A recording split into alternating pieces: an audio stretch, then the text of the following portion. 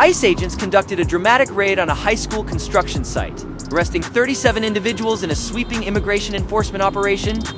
Workers were seen roping down from the rooftop in an attempt to evade federal agents, a scene captured in cell phone footage shared by witnesses. The raid, part of a broader initiative targeting illegal employment practices, involved multiple agencies, including Orange Beach PD, Gulf Shores PD, and the Baldwin County Sheriff's Office.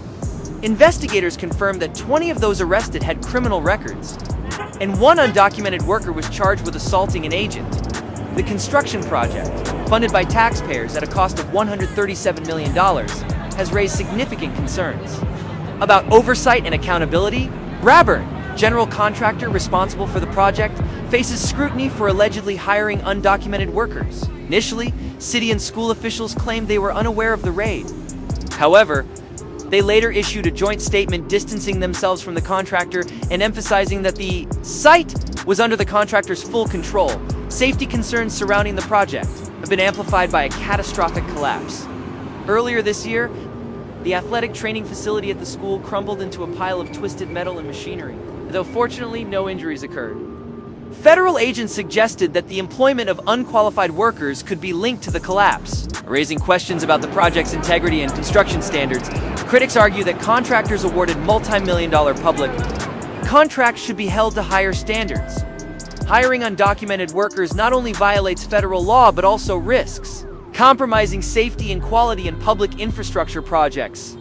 Local taxpayers are demanding greater transparency and accountability from city officials who approved the $137 million contract. Immigrant advocacy groups have expressed outrage over the methods used during the raid, describing it as chaotic and traumatic for families of those detained. Witnesses reported scenes of law enforcement scaling rooftops and using cranes to access workers attempting to hide.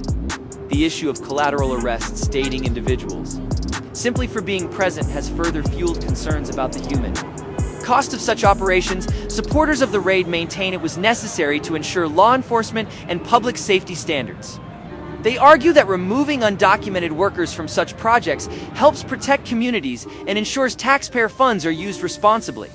Nassau County Executive Bruce Blakeman voiced strong support, stating that immigration enforcement around schools and public projects ultimately makes neighborhoods safer. The legal implications of this operation touch on broader debates over immigration policy.